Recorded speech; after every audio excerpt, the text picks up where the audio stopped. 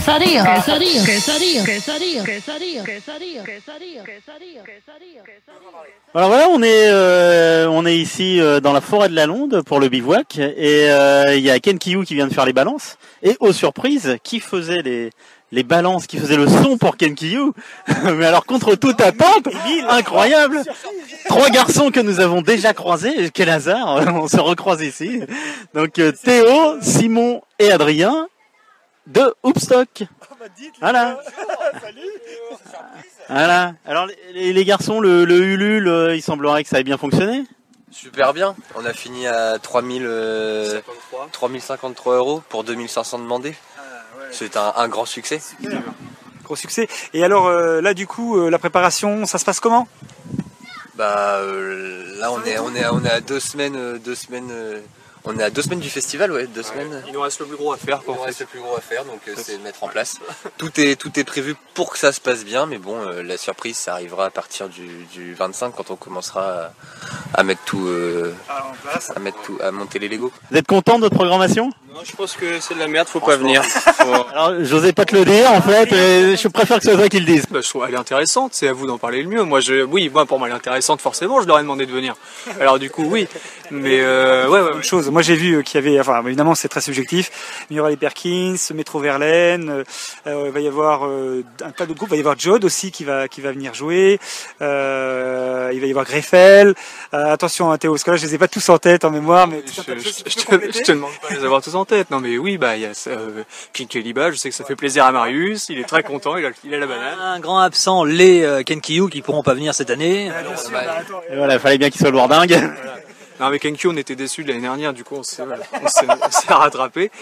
Non mais voilà. Ouais, Lion Rescue, j'aime beaucoup. Lion Rescue que Simon aime beaucoup. Ouais, j'aime bien. Voilà, la chambre qui est nouveau venue et voilà, ça ira. Petite question, donc cette année il y a une petite spécificité par rapport à l'année dernière, c'est que je crois que les gens peuvent dormir sur place, c'est ça? On a un super camping. Super camping. On a bricolé les toilettes sèches il y a pas longtemps, elles sont magnifiques, on dirait une petite maison. Elles sont oranges. Pour bien avoir envie. Voilà. Petite maison dans la prairie, c'est super beau. Il est à la hauteur du bivouac de la région là? Ah oui. Oui. Et si on parle de la métropole, je crois que par leur biais, c'est par le biais de Créactif que vous avez une partie du financement du Hoopstock. On voit beaucoup le logo de la métropole en ce moment. Oui, on a commencé à les contacter nous en septembre. Septembre, on a fait le concours Créactif qui nous a rapporté 3500 €. Puis après, ils nous ont aussi ouvert tous les services. On va avoir des éco-cups grâce à eux.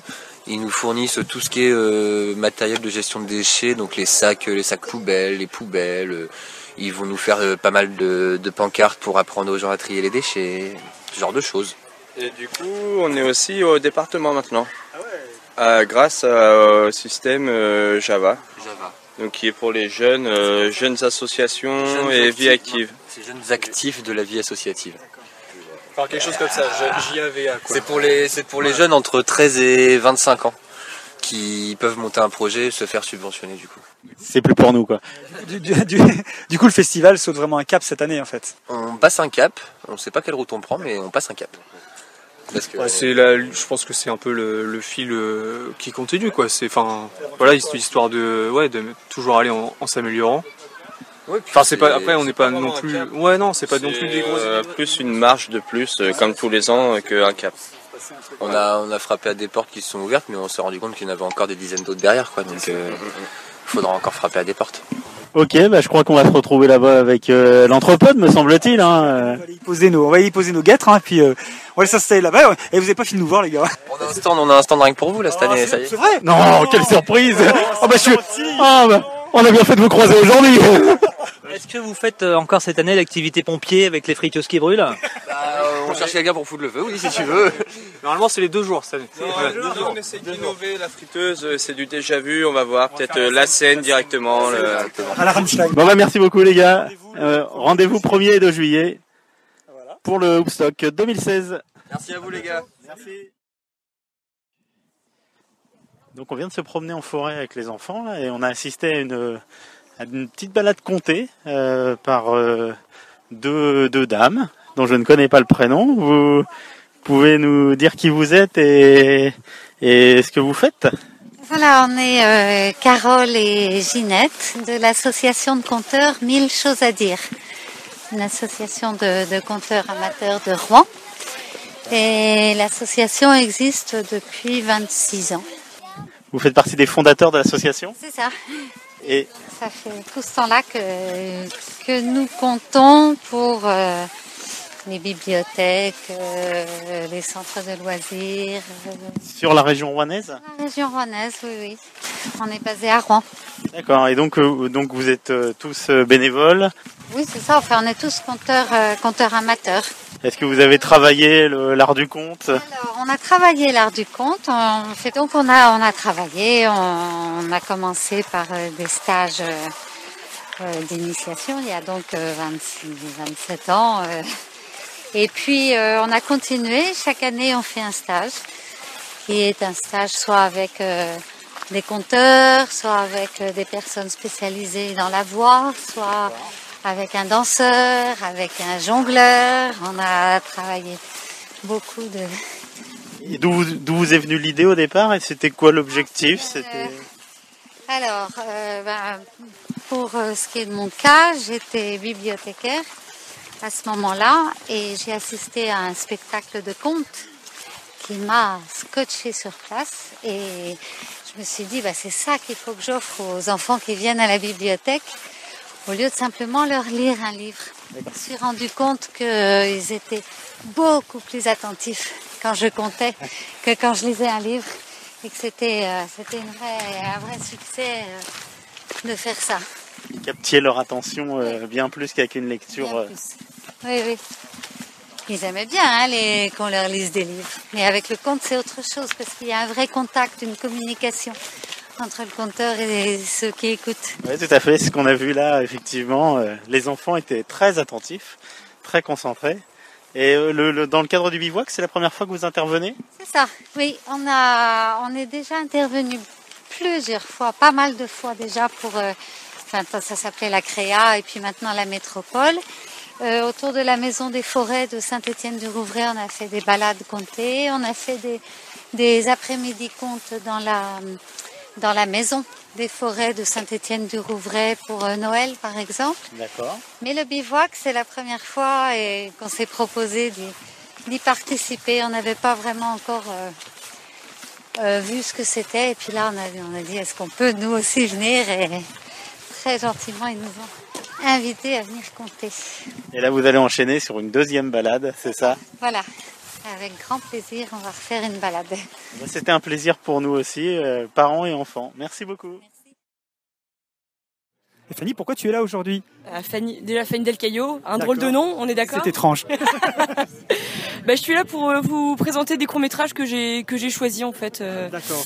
Voilà. Parce que tu as fait partie de la programmation du Courtivore avec Eliane. Elian, pardon, là il va me tuer, Elian.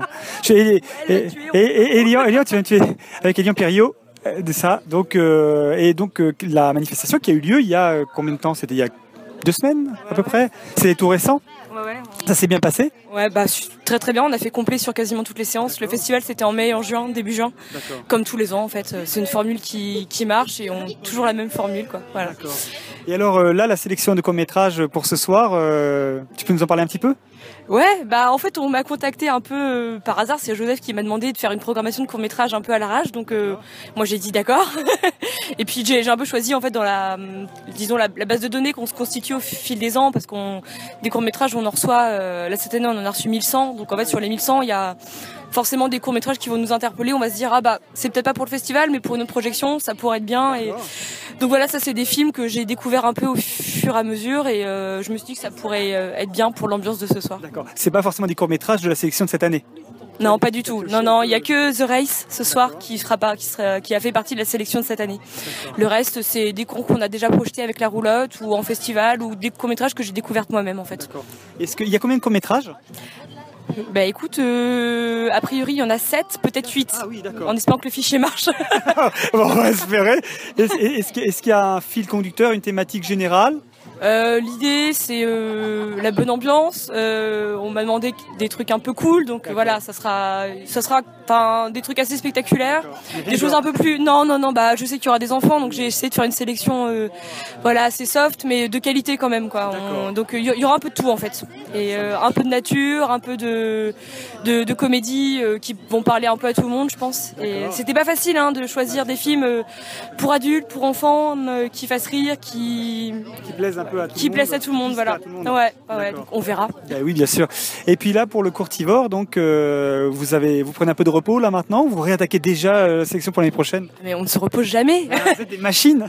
Alors déjà, on se fait un resto pour bien finir le festival, voilà. Et puis en fait, là, ça va reprendre à la rentrée. On va faire un appel à film. Ouais. Donc si vous êtes réalisateur, n'hésitez pas à vous envoyer notre court-métrage. La seule contrainte, c'est moins de 20 minutes. Voilà. Et on va se remettre à visionner les films et voilà. Bah, très bien, mais merci Fanny pour avoir regardé ça avec plaisir. Ciao, salut.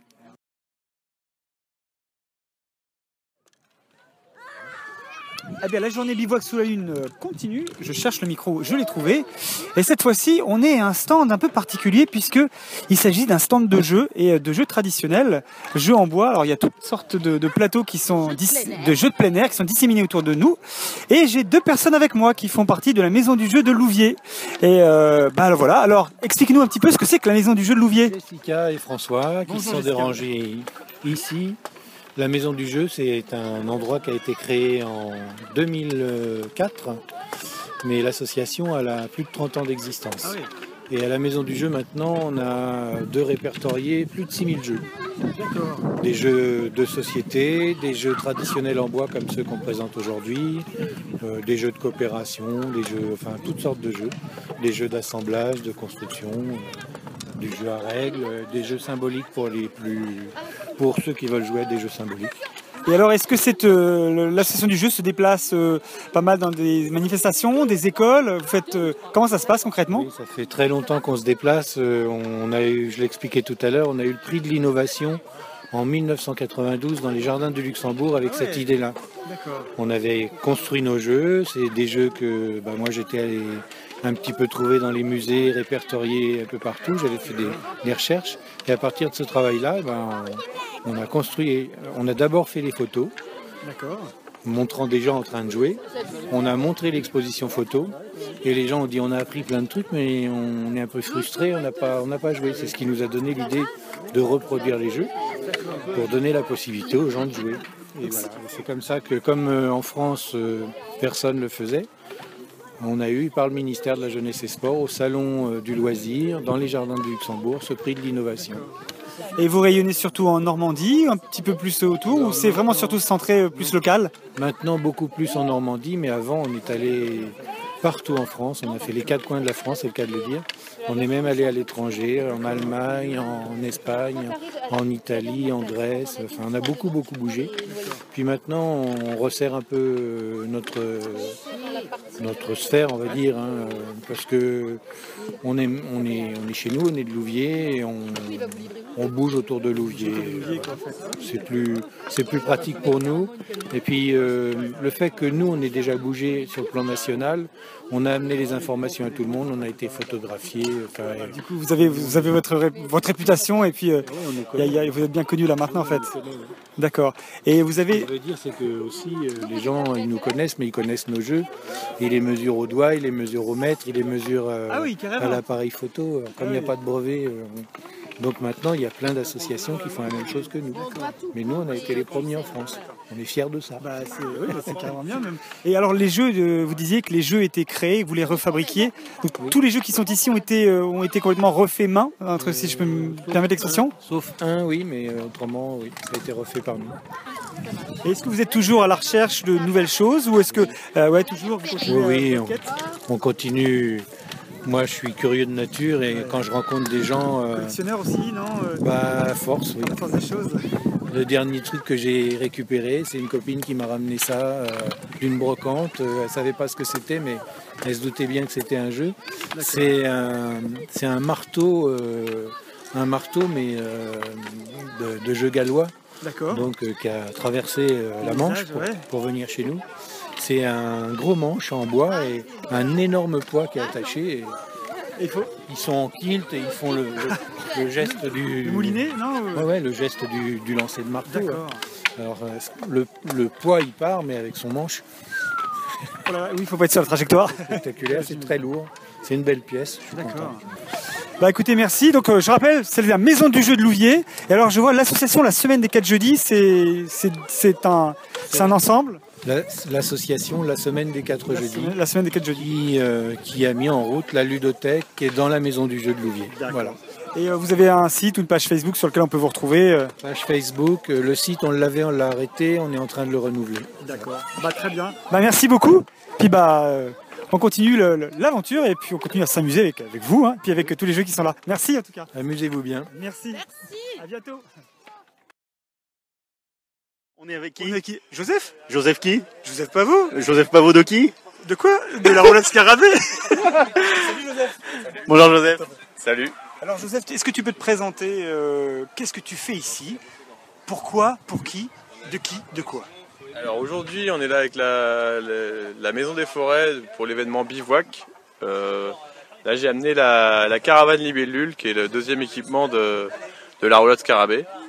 Et on est là aujourd'hui. Enfin, elle sert aujourd'hui de structure de scène pour faire jouer un groupe, et ensuite elle servira aussi de cabine de projection pour du cinéma en plein air avec le courtivore. Ce groupe, c'est le groupe qui va passer dessus, c'est Kenkiu. Ah, connais pas. Non plus. Et les courts-métrages qui passent derrière. Les courts-métrages qui passent derrière, ça a été une sélection faite par Fanny du Courtivore. Et c'est sur le thème, on va dire, nature, familiale, parce que l'événement est familial. Très familial, ouais. Et du coup, elle nous a fait une petite sélection de films. Une petite question, du coup, Joseph, est-ce que tu peux nous dire deux mots sur ce que c'est le principe, le concept de roulotte scarabée pour ceux qui ne connaîtraient pas? Alors la roulotte scarabée, c'est un petit espace culturel itinérant, en fait, qui a plusieurs vocations. C'est-à-dire qu'elle sert ce soir de scène de spectacle et de cabine de projection de cinéma, mais elle sert aussi de structure pour des ateliers artistiques pour les enfants. Donc atelier art plastique, atelier nature, on fait des ateliers sur l'apiculture par exemple. Moi, c'est plutôt ce que j'anime moi, et après mon collègue qui est plutôt sur les arts plastiques, lui anime des ateliers sur ce thème-là. Tu parlais d'une deuxième structure qui ressemble à quoi? En fait, la deuxième structure, c'est celle qui est là ce soir. La deuxième structure, c'est la caravane libellule. Mais la première structure, c'est la roulotte scarabée. Donc, c'est une roulotte qui se déplie sur les deux côtés, un peu comme un scarabée. C'est pour ça qu'on l'a appelé comme ça. Et donc, la roulotte scarabée, c'était notre première structure. Et celle-là, c'est une deuxième structure qu'on a fabriquée à partir d'une cabane de chantier et qui permet les mêmes possibilités que la roulotte. On trouvera les photos sur le site de l'Anthropode. Et la roulotte scarabée, vous existez depuis combien de temps maintenant? On a commencé en 2011, on a fait notre première saison en 2011, donc ça fait 5 ans, c'est notre 5e saison. Et ça marche bien, en tout cas. En tout cas, on est bien content, ça a évolué tout doucement mais sûrement. Et le fait d'être toujours là 5 ans après, c'est que ça fonctionne. Et une dernière question, en fait, là, est-ce qu'il y a un programme prévu? Enfin, où est-ce qu'on va pouvoir trouver la roulotte scarabée prochainement? Prochainement, le week-end prochain, on va être sur Vivacité pour un atelier enfant dans la journée du samedi et du dimanche. Et le vendredi dans la nuit et le samedi dans la nuit, il y aura un ciné-concert avec les amis de Fantomus, qui vont donc mettre en musique un dessin animé qui s'appelle Les Aventures du Prince Ahmed. 25 et 26 juin à Vivacité. En espérant que l'émission soit montée d'ici là. Et sinon, il y a des projets ou... Cet été, on est sur Scène d'été à Elbeuf, on est sur Rouen-sur-Mer. On sert de scène avec la roulotte pour les terrasses du jeudi. Et donc oui, on a encore pas mal d'actualités, on va dire. On va remercier Joseph, et puis en espérant que la soirée se passe bien, mais il n'y a pas de raison. Le temps a l'air de la partie. Parce que ça a commencé difficilement, mais ça a l'air d'être un peu plus calme côté soleil. Merci beaucoup Joseph. Salut, merci à vous, bonne soirée. À plus. Merci. Bon alors Didouille. Pas trop près, Arnaud, on connaît ton... Ouais, c'est vrai, sinon je gueule Hein trop. Hein Bon Didouille, on est toujours sur le bivouac et on est avec Grégory Robert qui tient un atelier d'initiation aux techniques de la cuisson raku. Alors Mais Grégory... Qu'est-ce à dire le raku? Qu'est-ce à dire le raku? Alors le raku, c'est une technique ancestrale qui date, si mes souvenirs sont bons, du XIIIe siècle.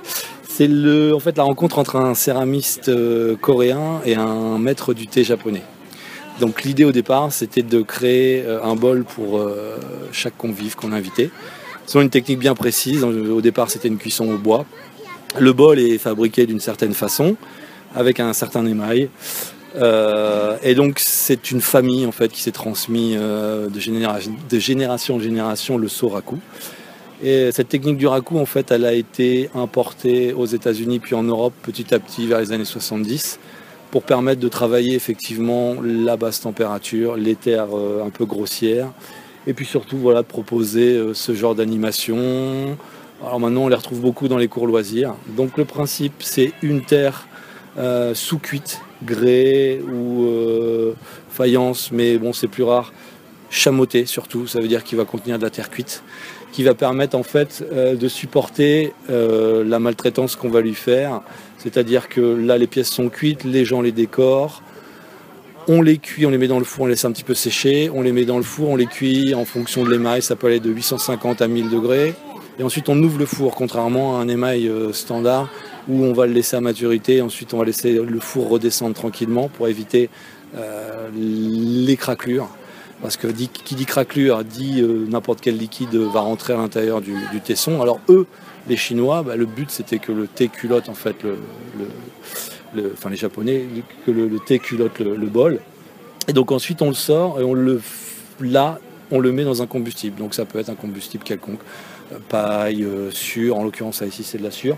En fonction des bois, on va avoir des noirs plus soutenus ou pas. Et en fonction des oxydes et des émaux qu'on va utiliser, on aura des différences de couleurs. Voilà. Donc là j'ai proposé aujourd'hui, pour certains, comme les enfants, des couleurs un petit peu plus basiques avec des colorants de masse, jaune, bleu, etc. Après, on a des émaux transparents qui vont laisser paraître la couleur de la terre et tressailler. Et donc, du fait qu'on les enfume, le carbone qui va rentrer dans la poterie va révéler les craquelures. Ou lorsqu'on travaille sur des oxydes métalliques comme le cuivre, le fer ou autres, on va avoir des différences de couleur en fonction de la maltraitance, en fonction de l'apport de carbone, d'oxygène ou pas. Donc ça variera du vert pour le cuivre au marron, voire du cuivré métallisé. Et voilà. Donc après le but c'est de maîtriser ça. Hein. Bon alors là pour une manifestation comme ça, tu laisses faire le hasard complètement. Voilà. Et puis surtout, comme là c'est les gens qui émaillent, il faut savoir que c'est pas évident d'émailler, surtout au pinceau, puisque tout de suite, comme le biscuit, on appelle le biscuit en fait la première cuisson de la terre, et pour eux, elle boit tout de suite l'eau de l'émail et donc ça laisse une traînée de poudre. Donc si les gens repassent, il y a ou accumulation d'émail et donc il peut y avoir sous-cuisson, ou alors ils enlèvent ce qu'ils ont mis. C'est pour ça que des fois on a des coloris un petit peu laiteuses comme ça en fonction de... C'est comme tout, de toute façon, l'émaillage ça reste un métier. Hein, dans le métier de céramiste, par exemple à Sèvres, il y a des gars qui sont faits que des gars ou des filles qui font que ça, quoi, qui sont spécialisés dans l'émaillage, parce que c'est quand même assez. On verra là que ça donne des résultats voilà, très variés en fait. Là j'en ai, je peux en sortir. Sur le site, il y aura les photos. Puis si vous voulez après sortir. Et après, si vous voulez prendre des photos ou filmer, là on est à 924. Là je monte à 950. Alors comment je sais que le four, c'est intéressant à prendre la nuit parce qu'effectivement on a les pièces qui sont incandescentes. Donc les pièces sont dans la même couleur, l'atmosphère du four en dessous. Et le fait de le faire la nuit, c'est vrai que c'est quand même beaucoup plus spectaculaire. Donc 950, moi ça me permet, le thermomètre en fait me permet de voir comment le four travaille. S'il faut que j'augmente le gaz, que j'apporte un peu plus d'oxygène pour que la flamme reste chaude et que la température monte. Et par contre, l'idéal c'est de reconnaître effectivement à quel moment mon émail est à maturité. C'est-à-dire qu'il va falloir qu'il soit un peu comme quand on met du beurre sur une tartine chaude. C'est-à-dire le beurre se transforme toujours très luisant, très beurré, on dit beurré en fait. Ouais. Hein. Et c'est là que je sais que mon émail il est impeccable et que je peux le sortir. D'accord. Voilà, donc là le thermomètre me donne aussi l'indication, je regarde, effectivement je sais que je suis bien. Voilà. Grégory, combien de temps il te faut pour préparer un atelier comme ça? Parce que vous voyez, toutes les plaques sont préparées, numérotées.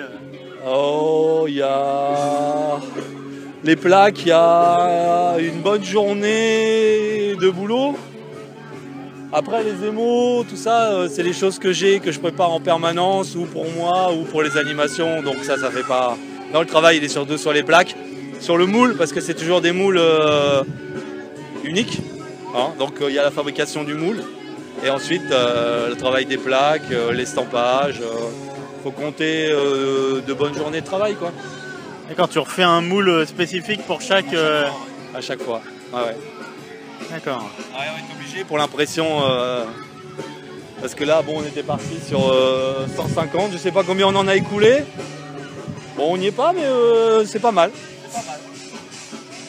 Oui, c'est plutôt un beau succès, il y a du monde. Hein, ça plaît beaucoup ce genre de choses, de pouvoir participer, de voir la cuisson, parce que c'est vrai que les ateliers de potier ne sont pas forcément ouverts quand le four est en action, ou quand il est en action, on ne l'ouvre pas le four. Hein. Le céramiste, il laisse son four fermé. Il est aussi impatient que les clients de voir le résultat. Mais pour ce genre de technique, voilà, oui, effectivement. C'est pour ça qu'effectivement, je le propose dans les animations. Ça permet aux gens de pouvoir à la fois découvrir, participer, et puis sur un éventuel marché de potier, reconnaître effectivement le raku. Voilà. En parlant de marché de potier, où est-ce qu'on peut trouver ta production, acheter ta production? Donc ce week-end à Saint-Pierre-de-Manneville, mais... Saint-Pierre-de-Manneville et peut-être à Étretat au mois d'août, de mémoire le 17-18, et sinon à Lillebonne. Lillebonne, si tout va bien, Lillebonne, c'est en novembre, je crois. À Julio-Bonin ? Voilà. Non, il y a un très beau marché potier à Lillebonne, vraiment en novembre, vraiment, qui est vraiment super beau. Bah, merci beaucoup pour toutes ces explications, pour la pédagogie, pour le succès. Du coup, on s'y essayait aussi avec Arnaud. Hein. Voilà, Dido, il nous a préparé une belle plaque l'Anthropode, donc on va voir ce que ça donne. Voilà. Définition du raku, c'est bonheur dans l'action, le bonheur dans le faire. Donc c'est toute une question de partage et de bonheur dans la fabrication. Voilà, signification à peu près du raku. Alors ça, c'est une définition pour toi spécialement, Marius, qui n'est pas capable d'expliquer aux autres ce que signifie Kenkyu. Et pour le partage, merci Grégory. Merci, salut, vraiment, c'était très merci beaucoup. enrichissant, merci. C'est que Mathieu Donny. On connaît pas Mathieu Donny, nous. C'est quand même un petit peu le number one fan de l'Anthropode. Ah ouais, c'est vrai. Ouais. Et en plus, il fait plein de choses. Voilà, il fait plein de choses. Et entre autres choses, il s'est occupé de l'organisation du bivouac. Un bivouac organisé sous l'égide de Rouen Métropole. Mathieu, dis-nous-en un petit peu plus sur ce bivouac, dont c'est, on l'a déjà dit, la 4e édition. Car pour une fois, Mathieu, c'est toi qui vas parler, c'est toi qui sauras diffuser cette fois-ci. À toi l'honneur. Alors bonjour à tous. Donc Bivouac chez Lune, c'est un événement qui a été créé par la métropole Rouen-Normandie et particulièrement par les maisons des forêts de la métropole. Et donc notre objectif, c'est d'amener des gens à nous rejoindre, dormir avec nous. On prête des tentes, les gens peuvent aussi ramener leurs tentes et puis on s'installe, on fait des activités du samedi soir au dimanche matin. Et alors, des activités aussi diverses que variées, puisque nous, on en a fait une, là, avec Arnaud, auprès de Grégory. De Grégory Robert, la cuisson au raku. La cuisson au raku. Et avant, j'avais fait une balade avec les gars, une petite balade contée en forêt avec 2 charmantes dames d'une association de conteuses. On avait là un concert de Kenkyu, on va avoir des projections de films sélectionnés par l'équipe du Courtivore. Et puis il y a eu plein d'autres randos. Il y aura plus tard dans la nuit des randos à la frontale, dont une, je crois, menée par Mathieu en forêt. Une course ou en tout cas parcours d'orientation. Voilà, demain matin très tôt, à la découverte des animaux de la forêt à 5h15 du matin pour les courageux qui se... Il faut dire que les animaux de la forêt n'ont pas le même rythme de vie que nous les humains. Et donc si on veut les voir, il faut se lever tôt. Mathieu parlait du soir, mais c'est un soir qui commence tôt, puisque aux environs de 17h, on a toutes les premières animations qui se sont lancées, et voilà, pour le plus grand plaisir de toute la famille. Alors comme les années précédentes, Mathieu, vous êtes content? Pourquoi vous affichez? On affiche complet. Voilà. On affiche complet, on monte le curseur tous les ans. L'an dernier, on avait 250 personnes, là, on en a 300.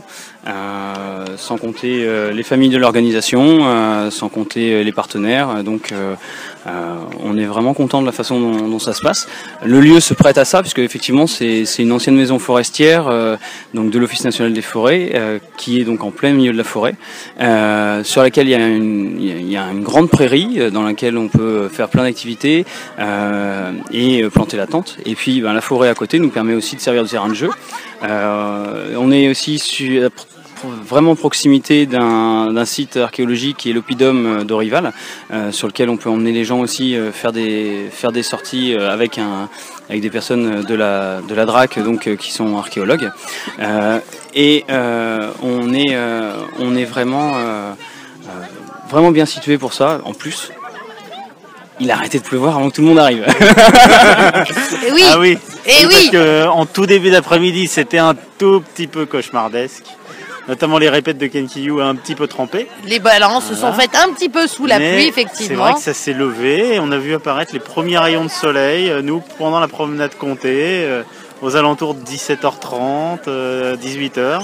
Et puis là, le temps plutôt sympa et la soirée continue sous le beau temps. Bon, écoutez, on va laisser Mathieu vaquer à ses occupations bien riches. Oui. Et nous, on va continuer à interviewer. On va aller voir les danseurs, on va regarder les voilà, films, exactement. Et on va aller à la découverte des amphibiens. Ah ben non, moi je peux pas, c'était complet. Allez, bisous. Mais dis donc, mon Arnaud, on entend qui là en fond là? Je sais pas, ça me dit vaguement quelque chose. Il y a une voix que je connais, quelque chose d'un peu familier, mais je ne saurais définir. En même temps, ils ont de la chance parce que le rayon de soleil est pour eux quand même. Hein. Ah ouais, franchement, par rapport aux répètes cet après-midi, vraiment, là, le temps est parfait. Atmosphère très printanière, bucolique, super. Une belle roulotte. Ah ouais, ils sont très beaux dans leur petite cahute là. Hein. On va aller faire des photos d'ailleurs. D'ailleurs, on va les prendre en photo. Allez, on vous laisse. Allez, bisous. Bisous.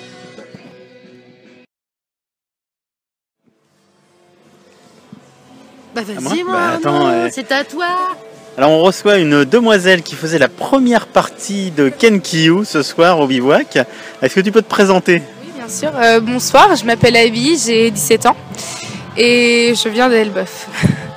Donc voilà. Et puis je chante. Bah oui. C'était ta première prestation sur scène? T'es une habituée? Non, du tout. Enfin, ça fait longtemps que je fais de la scène, mais j'ai toujours aussi un petit peu le trac comme d'habitude. Enfin, avant de monter sur scène, mais c'est pas ma première scène. Ça fait, je sais pas, peut-être 3 ans maintenant que je fais des scènes comme ça. De temps en temps, on me demande et puis voilà. C'est toujours avec plaisir, donc voilà. Et en tout cas, on a entendu un joli répertoire parce que tu t'accompagnes d'un clavier. Tu es toute seule, comme une grande. Et donc, tu fais des reprises et tu composes aussi? J'ai chanté une compo à moi sur scène, une seule.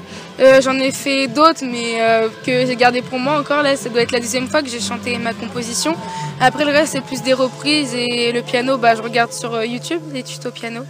Et j'ai un groupe de danse aussi, mais aujourd'hui, c'était pas convié. Mais sinon, d'habitude, on a une association qui s'appelle MPD Art. Ah vas-y, au contraire, vas-y, Et donc voilà, ça fait que du coup, on fait beaucoup de choses autour de l'agglomération sur Elbeuf, tout ça. Donc on danse, on chante et voilà. D'accord. Donc pluridisciplinaire, tu es. C'est super. 17 ans quand même, hein. C'est pas, c'est jeune et une très belle prestation. Et une très belle voix, ouais, vraiment. Tout à fait. Ouais. On en profitait en regardant la cuisson raku. Voilà. On fait 2 choses à la fois. Voilà, 2 choses en même temps, mais c'était vraiment, t'as une très très belle voix. Merci. Écoute, au plaisir de te rencontrer une prochaine fois. Oui, moi aussi, au plaisir de vous rencontrer. Est-ce que tu as quelque chose de particulier en préparation? Est-ce que tu envisages d'enregistrer un disque ou de faire d'autres scènes là à venir? Ou du travail sur d'autres compos en vue de... Là, en ce moment, non, j'ai pas de projet en particulier. Après, je chante beaucoup avec les garçons du quartier au studio parce qu'ils me demandent de prêter ma voix, donc c'est toujours avec plaisir, donc je le fais. Sinon, j'ai une scène le 27, donc la semaine prochaine, à Elbeuf, donc je vous invite à venir. Et voilà. Et ça sera au Puchot. à Elbeuf, je sais pas si vous connaissez. C'est le festival urbain, je crois, le festival de la rue, il me semble. Et il y a aussi scène d'été qui se passe du 7 au 13 juillet au Champ de Fort, aussi à Elbeuf. Et normalement, on aura une scène et il y aura mon groupe. Bon, bah, très bien, bah, on va se donner rendez-vous là-bas. Bah oui, Hein, on va essayer. On va essayer Allez. d'y aller. Allez, c'est parti. Merci beaucoup. Merci à toi. Merci. Puis bonne chance pour la suite. Merci beaucoup, bonne soirée. Merci. Au revoir. Merci. Arnaud et puis Marius, Ludo, et puis on est en présence d'Eric et puis Francis. Alors, les gars, est-ce que vous pouvez vous présenter? Parce qu'on a assisté quand même à une prestation assez incroyable quand même, hein, donc à base de contrebasse et de danse contemporaine. Est-ce que vous pouvez nous expliquer un petit peu le concept, la performance? La performance, je crois que c'est de s'adapter à un lieu et un environnement et de faire du son et du mouvement. A priori. En fait, à partir du moment où on est parti sur un concept d'improvisation, en fait, forcément, on peut rien prévoir. Par exemple, là, on avait prévu autre chose. D'accord. Mais vu le contexte... le contexte, c'est les enfants, c'est l'apéro, tout ça, il y a du monde, ça bouge de tous les côtés. Ça bouge de tous les côtés, c'est pas forcément... les gens sont pas venus regarder ça, etc. Donc du coup, c'est comment, quand même dans cette situation-là, tu arrives à créer à un moment donné un acte poétique, quoi. C'est ça. C'est vraiment ce que j'ai trouvé très fort, c'est qu'en fait entre le son de la contrebasse et le fait de il y a un côté un petit peu joueur de flûte de Hamelin, quoi. C'est-à-dire que les enfants étaient c'est fascinant. Enfin, je trouve t'as emmené les enfants carrément et sur la musique et les enfants ils suivaient. Il y a une espèce d'innocence que les gamins ils y vont, quoi. Et je trouve ça assez génial en fait. Moi j'ai filmé. Ah bah Et j'étais absolument ravie de voir la participation des enfants. On oublie les corps dans ces cas-là. C'est-à-dire que autant nous adultes, on n'oserait pas y aller parce qu'on a une réserve. Autant les enfants, ils sont partis dans le truc et c'était super. Donc voilà, donc les gamins pleurent toujours. Et alors une petite question, alors votre parcours, vous êtes alors Eric, tu joues de la contrebasse et puis Francis, toi tu es danseur contemporain. Donc qu'est-ce que vous faites en règle générale? Vous jouez dans des formations, vous produisez? Oui, alors c'est la première fois qu'on joue avec Francis. On se rencontre, on se connaît depuis un certain temps déjà, on s'est vu jouer les uns les autres sur des projets non communs. Et puis là l'occasion faisait que j'avais envie de travailler un peu avec lui sur cette opération-là. Voilà, et puis sinon, on est quand même relativement improvisateur. Enfin, l'essence même de notre boulot, c'est autour de l'improvisation, c'est-à-dire que nos concerts sont improvisés. Enfin, on a des créations avec du répertoire, etc. Mais la plupart du temps, et l'essence même du truc, c'est vraiment l'improvisation. Donc voilà, pas de cadre. Et puis et après. Il y a une durée ou pas? Enfin, comment vous fonctionnez? On donne une durée approximative, mais comme on n'a pas de montre, c'est un peu un temps organique, on va dire. Après, pour revenir à ça, c'est vraiment défendre la notion du présent, en fait. Mais après, pour travailler la notion du présent, ça demande beaucoup de passé, en fait. Et beaucoup de travail. Oui, j'imagine. Enfin, pour pouvoir à un moment donné avoir suffisamment, on va dire, d'outils et facultés pour pouvoir sentir le moment présent et savoir ne pas insister quand il faut pas insister, etc. Et changer de cap. Et ça changer de cap, c'est comme là par exemple, du coup, effectivement, on peut décrire ce qui se passait là. Donc j'étais parti sur une installation plastique en pensant que ça allait pouvoir peut-être captiver, mais il y a le feu, la merguez et tout ça. C'est là que ça le chamallow, tout ça. Je me suis dit, et puis ça va tout. Mais finalement, les mômes, ça les intriguait l'installation, donc ils ont commencé plutôt que de la regarder, ils ont commencé à la continuer. Donc du coup, ils ont commencé à participer. Donc j'allais pas on n'allait pas les ignorer. Donc c'était à quel moment les prendre dedans et puis ils sont bien rentrés dedans, quoi. C'était drôle, ouais. Et du coup, est-ce qu'on peut vous retrouver quelque part en fait sur internet ou en fait si des gens sont intéressés? Alors moi je vis à Tours. En fait j'ai une compagnie, j'ai un parcours j'ai commencé à danse tout petit, là, comme ça, à 6 ans. Après, j'ai un parcours de formation de danseur classique d'abord. Après, j'étais un danseur classique. Après, j'ai fait la danse contemporaine. Après, j'ai commencé mon propre travail. Et puis, je suis installé à Tours, là, depuis assez longtemps maintenant. Je travaille sur comme Eric, en fait, sur des spectacles parfois plus écrits, qui sont dans des contextes comme ça. Et puis aussi beaucoup cette notion d'improvisation, donc sur des notions de performance. Donc, des rencontres comme ça, où où des fois on s'est vu une fois avant, des fois on sait pas, des fois on se connaît à peine, et du coup c'est aussi jouer sur la perception de la rencontre en fait. Du coup en plus ça, on va dire ça stimule. Voilà, on peut rien préparer quoi, on peut rien préparer. Mais je te dis à la fois pour rien préparer, ça demande beaucoup de préparation. C'est ça. C'était quoi la question? Et si on pouvait te trouver quelque part à Gourget, alors c'est dans les Deux-Sèvres. Parce qu'en fait, on n'a pas ton nom de famille non plus, c'est Brochard. Eric Brochard et Francis Plisson. J'ai un site web dont l'adresse est www.ericbrochard.net. Et j'ai pas de Facebook, j'ai pas de Twitter. Un site internet, c'est déjà pas mal. Mais j'ai un site internet. Et puis, il est pas mal. Ouais, je le mets à jour. Il y a des vidéos, des concerts, des trucs, des extraits, des machins. J'ai un bandcamp dont le lien est sur le site, sur un travail plutôt en basse électrique et plutôt hardcore. Vous pouvez trouver plein de choses. Il y a des films sur mon travail, il y a des choses. Des fois c'est moi qui danse, des fois c'est pas moi qui danse. Ma compagnie s'appelle Marouchka. Donc voilà, Marouchka Plisson et voilà. Là, on remettra tous ces liens là de toute façon sur le site de l'Anthropode. Voilà, pour permettre aux gens d'aller voir. Puis on a fait quelques photos et vidéos, donc on pourra retrouver ça. Merci. Merci à vous. Merci à vous en tout cas. Merci beaucoup. À plus. On voulait un verre de vin ou quoi? Bon, voilà. Il est minuit et on est un peu dans les coulisses du bivouac avec qui d'ailleurs Avec Olivier, Christelle et Victoria. Voilà, donc qui continue de travailler à cette heure-là parce qu'il y a une grosse logistique, voilà. il y a une grosse bivouac team. C'est ça. Une partie de la bivouac team. Alors d'ailleurs, la bivouac team, c'est combien de personnes? C'est une partie du service communication, le service événementiel, et c'est une grosse partie, voire la totalité du service Maison des Forêts. Ouais, c'est ça, la totalité. Et ça fait une dizaine de personnes. Ouais. D'accord. Et donc une dizaine de personnes présentes ici depuis quand? Depuis 10h ce matin. Et minuit. Toute la journée d'hier pour amener tout le matériel et commencer à monter. Et jusqu'à quand? Demain midi à peu près, ouais, jusqu'à la fin de la remballe. Ouais, le temps de ranger les tentes. Vous avez une première impression, premier bilan par rapport à cette première journée qui vient de s'écouler? On s'en est bien sorti. Oui. Vu les conditions météo qui étaient annoncées. Effectivement, le terrain est un peu détrempé, mais on s'en sort pas trop mal finalement, parce qu'à partir du moment où les participants sont arrivés, il a fait à peu près beau. On va dire. Ouais. Et normalement, demain, ils annoncent beau. Donc, il a fait chaud et donc ça a séché quand même un peu. Ça a séché un peu le terrain, Parce qu'on disait ça redémarre dès demain. Enfin là d'abord, tout n'est pas fini parce qu'il y a des randos qui partent à l'instant là, à minuit 30. Je crois des randos d'orientation, c'est ça? Il y en a deux, oui. Une à minuit et demi, une à 1h du matin. D'ailleurs, on ne comprend pas pourquoi tu n'y es pas, Arnaud. Mais je ne sais pas. Est-ce que tu es en train d'interviewer? Peut-être parce que j'ai des enfants qu'à un moment il faudra que je couche. Voilà. Et puis, en fait, il nous avait cru que c'était quelqu'un de courageux, mais pas du tout.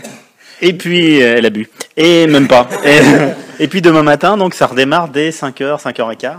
5h15 la première sortie, ouais. Et puis après, organisation du petit déjeuner. Et alors, est-ce que la rando de 5h, elle l'annonce complet? Et donc, il y a des gens, ils y vont, ils sont à fond pour y aller à 5h? La rando de 5h, ça fait 4 ans qu'elle est programmée à 5h. Ça fait 4 ans que c'est la même rando. Ça fait 4 ans qu'elle est complète en inscription. Mais il y a tous les ans des gens qui n'arrivent pas à se lever.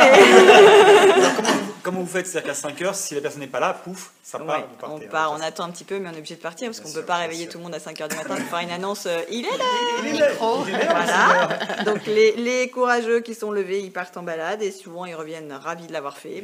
Et ceux qui n'ont pas réussi à se lever, ils n'ont pas réussi à se lever. D'accord. Voilà. Et puis demain matin, il y a encore un jeu pour les enfants, je crois. Il y a les Olympiades, il y a l'initiation à l'ornithologie, et puis la rando à 5h. D'accord, c'est déjà pas mal. Un riche week-end. Bah ouais, très bien. Plein de choses. Bon, bah écoutez, on vous... Ça veut dire qu'il faut attendre le retour des randos avant d'aller se coucher. À 2h, ouais. Vers 2h. Vous attendez tous le retour de toutes les randos? Ah bah oui, il y en a qui sont partis se coucher, mais ouais, voilà. En partie. Bon, on va vous laisser dormir. Ah bah non, pardon. On vous souhaite bon courage et puis merci beaucoup parce que ça fait vraiment plaisir à tout le monde, hein, et on se dit rendez-vous les familles, ah bah voilà. Il n'y a plus assez de crapauds? Alors, non, et on se dit rendez-vous demain à 10h parce que nous on va dormir, ça? Mais je crois que c'est ça. comment s'appelle Guillaume qui part pour la rando boussole. Un faux landais. Il faut lui faire. Il lance les gens, mais lui, il ne part pas. Non. Ah oui, c'est la planque du bivouac en fait.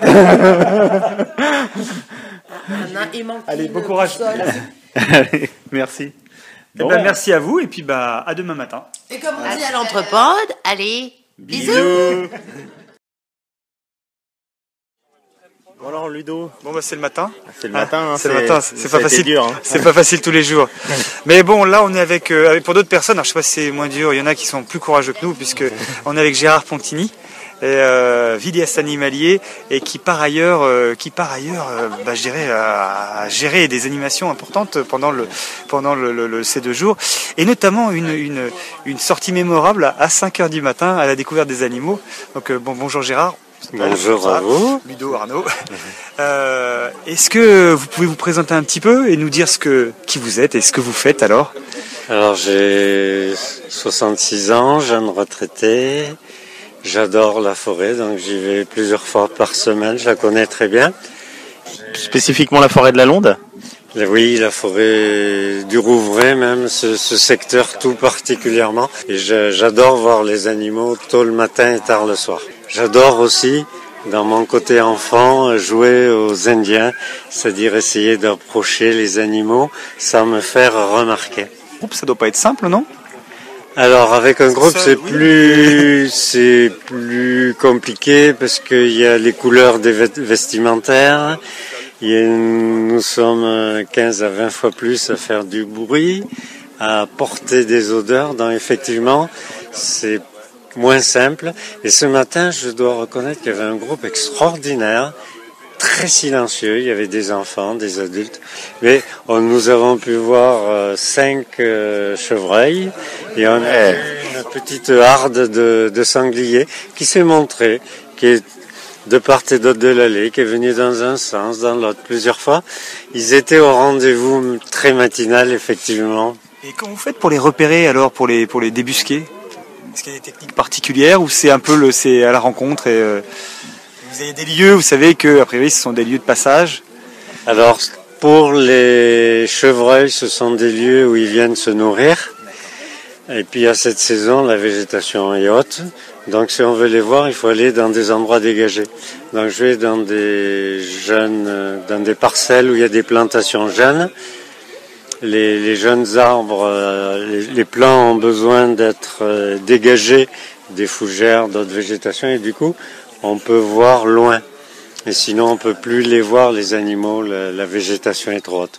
Donc je vais vers des parcelles que je connais et qui sont bien dégagées. Voilà. Après, certains diront qu'on peut avoir de la chance. Moi, je dis qu'on reçoit des cadeaux. Quand on est vraiment en attente, on reçoit pas. Quand on a envie, puis qu'on accepte à la limite qu'il se passe rien, il se passe toujours de très belles choses. J'ai vu que vous faisiez partie d'une association qui s'appelle Éthique et Toc. Cette association, c'est quoi? En fait, je faisais de la photo en forêt. Je trouvais que l'appareil photo était lourd avec le zoom. J'ai acheté un caméscope semi-professionnel et j'ai fait des séquences filmées. En accumulant ces séquences filmées, je me suis dit que je pouvais faire un petit film. La forêt du Rouvray à cœur ouvert. C'est un film qui montre la beauté des comportements des animaux. Un film sans commentaire qui fait 44 minutes quand même. Et donc qui touche le cœur et l'émotionnel. Un film qu'on peut trouver où? Auprès de cette association. Et pour vous donner une idée, le film, c'est 50 tournages. J'ai évalué à 3000 heures à peu près, passées dans la forêt.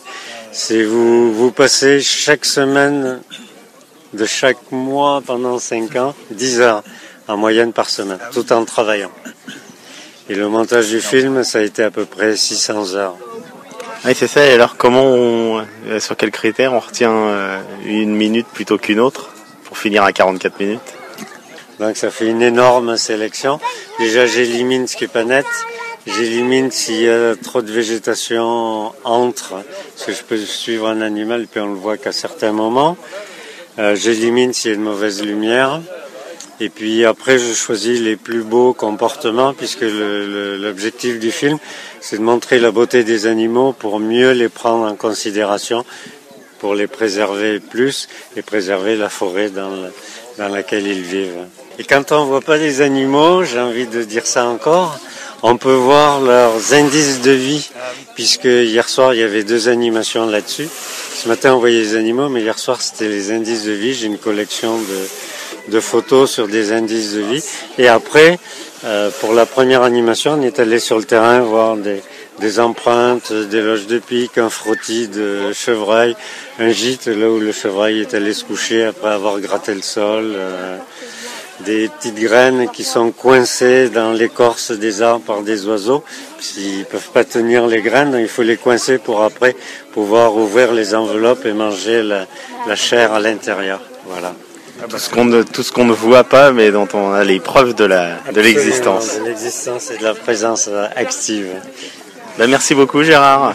Merci à vous, au plaisir. À bientôt, puis oui, bonne continuation. Merci. Au revoir. Merci, au revoir. On avait dit que c'était la dernière, mais non Arnaud, non. Non, parce que Gérard nous a présenté Sarah. Voilà. Parce que Sarah réveille son corps au rythme de l'arbre, et c'est ce qu'elle a fait ce matin. Alors bonjour Sarah. Bonjour. Bonjour. C'est quoi exactement réveiller son corps au rythme de l'arbre?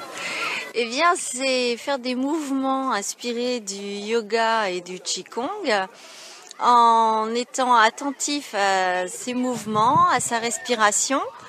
Et avec ces mouvements, eh bien, on se met dans la peau d'un arbre, dans l'écorce d'un arbre, on va se dire.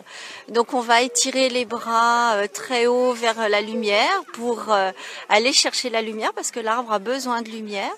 On va sentir le sol qui nous accueille, et puis on s'enracine dans le sol parce que l'arbre est autant ramifié.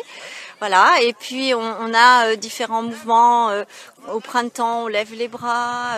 À l'automne, il y a un peu de mouvement. On balance le corps en avant, en arrière. Il y a le vent qui nous balance droite, gauche. L'hiver, on redescend les bras. Il y a plus de, tout est dans la terre. Donc voilà, on utilise le métaphore de l'arbre. C'est la métaphore de l'arbre pour faire les mouvements, et puis en même temps, du coup, entendre parler de l'arbre en le faisant, le vivant, et donc l'intégrer autrement que par les mots. L'idée, c'est beaucoup ça, c'est de intégrer corporellement, de ressentir les choses et de pas mentaliser. Donc de mettre le corps en mouvement et de ressentir. Donc vous avez fait une séance avec une quinzaine de personnes, j'ai vu. Avec une quinzaine de personnes, c'est ça, adultes, enfants. En pleine forêt, vous êtes allé, pleine forêt, on est allé en forêt 7h30 ce matin. Alors, presque plus. On a vraiment été des feignasses, on est désolé. Et alors, donc Sarah, vous êtes avec une association, ou en tout cas, alors j'ai créé une petite auto-entreprise, voilà, qui s'appelle Nature, Sens et Compagnie. Et l'idée, eh bien, c'est de se reconnecter à la nature par les ressentis et la respiration en pleine conscience. Il y a des exercices comme l'exercice de l'arbre, mais il y a aussi des exercices où on va aller toucher la végétation, toucher le sol, sentir les différentes sensations, être attentif aux mouvements aussi qu'on peut faire au niveau intérieur, qu'est-ce qui se passe, et puis au niveau mental, qu'est-ce qui se passe et comment on peut calmer tout ça pour vraiment être avec ce qui nous entoure. Et vous travaillez beaucoup avec les communes, des entreprises, écoles. Des écoles. Demain, je propose le réveil de l'arbre, donc qui sera pas le réveil parce qu'on le fait pas à 7h30, auprès d'une école maternelle. Donc là, je vais avoir les 4 classes de maternelle et on va faire les mouvements de l'arbre.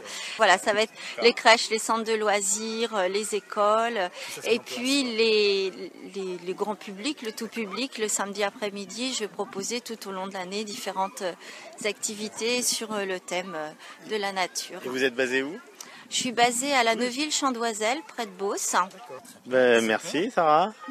Merci à vous. Bon courage et bonne continuation surtout. Merci à vous. Merci. Au revoir.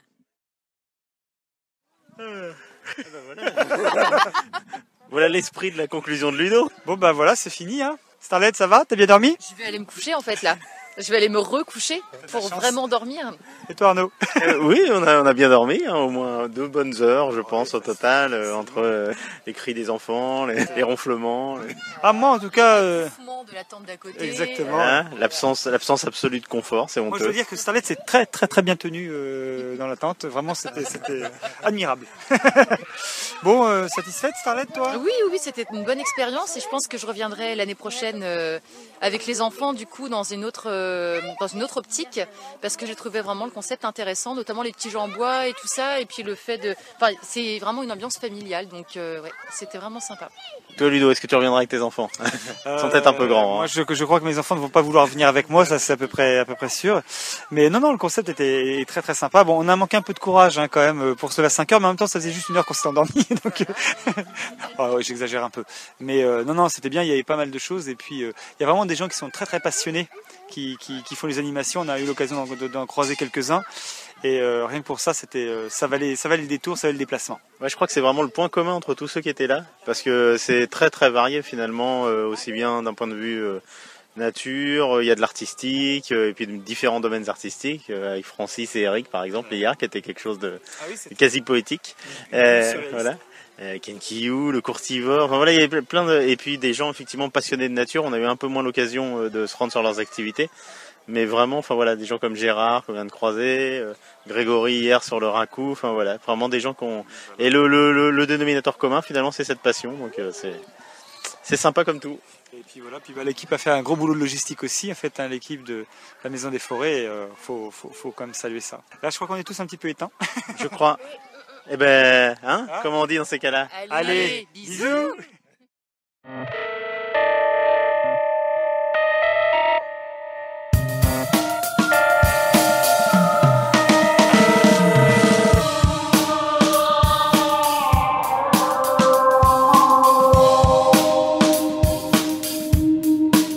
Quesadilla. Quesadilla. Quesadilla. Quesadilla. Quesadilla. Quesadilla. Quesadilla. Quesadilla. Quesadilla. Quesadilla.